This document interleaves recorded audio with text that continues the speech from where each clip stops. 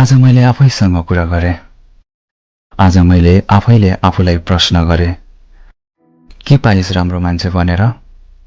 अरूको चित्त दुख्ला भनी आफ्नो चित्त दुखाएर।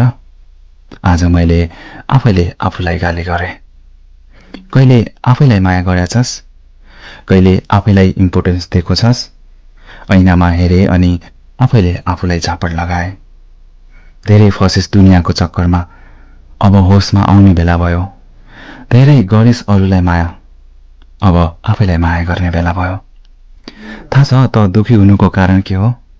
थाहा छ त असफल हुनुको कारण के हो? तैले आफ्ना सपनालाई भन्दा बढी पराइलाई समय दिइस्। आफै दुःख सहिस् तर अरूको नराम्रो गरिनस्। तैले मान्छे चिन्न ठूलो गल्ती गरिस्। ती मिठा मिठा झुटा गफहरूमा फसिस् अनि आफैलाई दुःख दिइस्।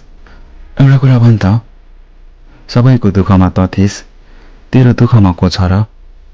साथी, प्रेम, आफन्ती बनाउँदा सबै राम्रो अवस्थामा त हक जताउन आउने हुन्। दुःख सङ्घर्षमा त बाहेकहरू को छ र? हेर त आफूलाई, कति कमजोर भइसकिस्। छोडिदे अब त्यो सबै गलत सम्बन्धहरू।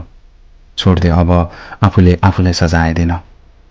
सोच त के गर्छु भन्थिस्, सोच त के बन्छु भन्थिस्, त आफ्नो लक्ष्यबाट भड्किरहेको छस्।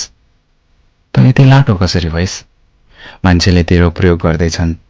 त कसैको अप्सन भएको छस्, त कसैको टाइम पास भएको छस्, त कसैको मन बहलाउने खेलौना भएको छस्। मैले आज आफैले आफूलाई सम्झाएँ। अब अन्तिम पटक रुनु छ। अब त्यही मरुन्जेल रुनु छ। कसैको झुटा कुरामा नफसोस्। अब आफूलाई दुःख नदियोस्। यो मन यति कठोर बनाउनु छ। यो मन यति कठोर बनाउनु छ। आज मैले आफैसँग सङ्कल्प गरेँ। आज मैले आफैसँग कुरा गरेँ।